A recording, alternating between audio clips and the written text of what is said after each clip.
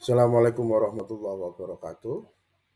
Bagaimana anak-anak kabarnya? Alhamdulillah sehat. Oke, mari kita belajar bersama-sama, belajar Al-Quran hadis. Sebelum belajar, marilah kita berdoa bersama-sama. Bismillahirrahmanirrahim. Rabbi zidni ilma warzuqni fahma amin ya rabbal alamin. Oke, terima kasih.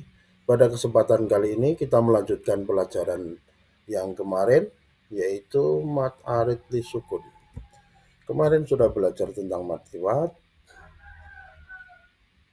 mat lain, dan yang sekarang atau yang terakhir dalam bab 1 kelas 8 adalah mat arid li sukun. Sebelum melanjutkan pembelajaran inti, kita pahami dulu tujuan pembelajaran kita, yaitu pertama, peserta didik dapat menjelaskan pengertian mat liwat, mat lain, dan mat arid sukun. Yang kedua, peserta didik dapat memberikan contoh hukum bacaan mat tersebut dalam atau dari ayat Al-Quran. Dan selanjutnya, peserta didik mampu membaca Al-Quran sesuai kaidah tajwid yang benar. Oke, mari kita belajar bersama-sama tentang mat arid li sukun. Apa itu mat arid li sukun? Nah, oke. Mat sendiri artinya panjang. Arid artinya baru atau tiba-tiba.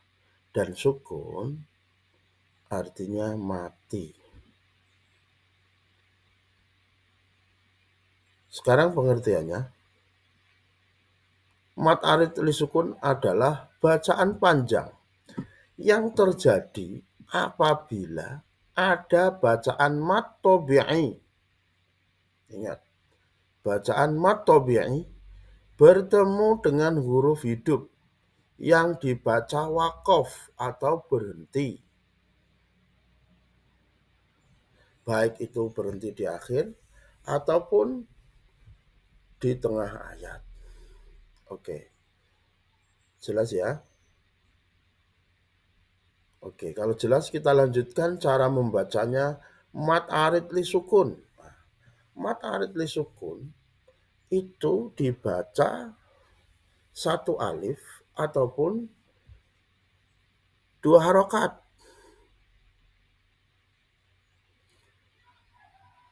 Dan dua alif ataupun 4 harokat.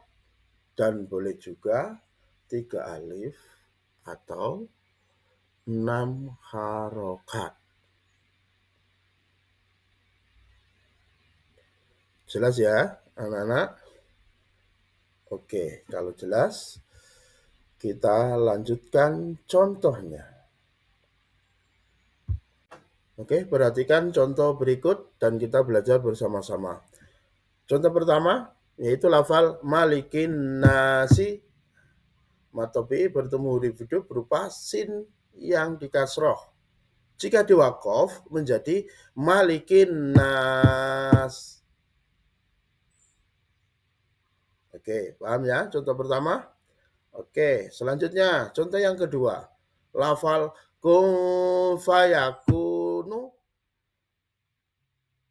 yaitu huruf mat bertemu huruf hidup berupa nun yang di dumah. Jika diwakof menjadi kun fayakun. Oke, paham ya? Contoh yang kedua, pertama tadi dan yang kedua ini, paham ya? Oke, selanjutnya. Contoh yang terakhir, mudah-mudahan semuanya paham.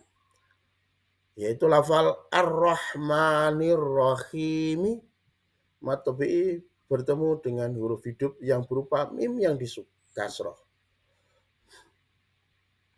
Oke, kita baca. Kita coba baca wakof dengan 3 huruf ataupun 6 harokat atau 6 ketukan. Oke. Ar-Rahmanir-Rahim. Oke. Paham ya? Semoga anak-anak semuanya paham. dan bisa mempraktekkan di rumah masing-masing. Oke, ada catatan penting dalam pembelajaran kali ini, yaitu satu, panjang bacaannya bervariasi, boleh 2, boleh 4, atau 6 harokat.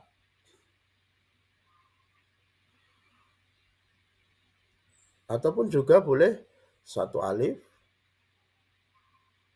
2 alif, bahkan 3 alif. Oke. Selanjutnya catatan yang kedua, ingat, hanya berlaku saat wakof. Mad arid li sukun itu hanya berlaku saat wakof. Kalau tidak wakof, tidak boleh. Oke, paham ya? Anak-anakku semuanya? Oke. Kalau semoga bermanfaat. Sebagai penutup pembelajaran Al-Quran Hadis kelas 8 bab 1, materi tentang kubaca Al-Quran dengan tepat berdasarkan kaidah tajwid, submaterinya mat iwat, mat layin, dan mat arid sukun. Mengetahui dan mengamalkan huruf bacaan mat iwat, mat layin, dan mat arid li sukun sangat penting supaya bacaan kita atau bacaan Al-Quran kita menjadi benar dan indah atau fasohah. Karena ketiga mat ini hanya muncul di akhir ayat atau saat kita berhenti membaca wakof. Oke, terima kasih semuanya sudah belajar bersama-sama. Semoga ilmu kita bermanfaat dan semoga anak-anak bisa mempraktekkan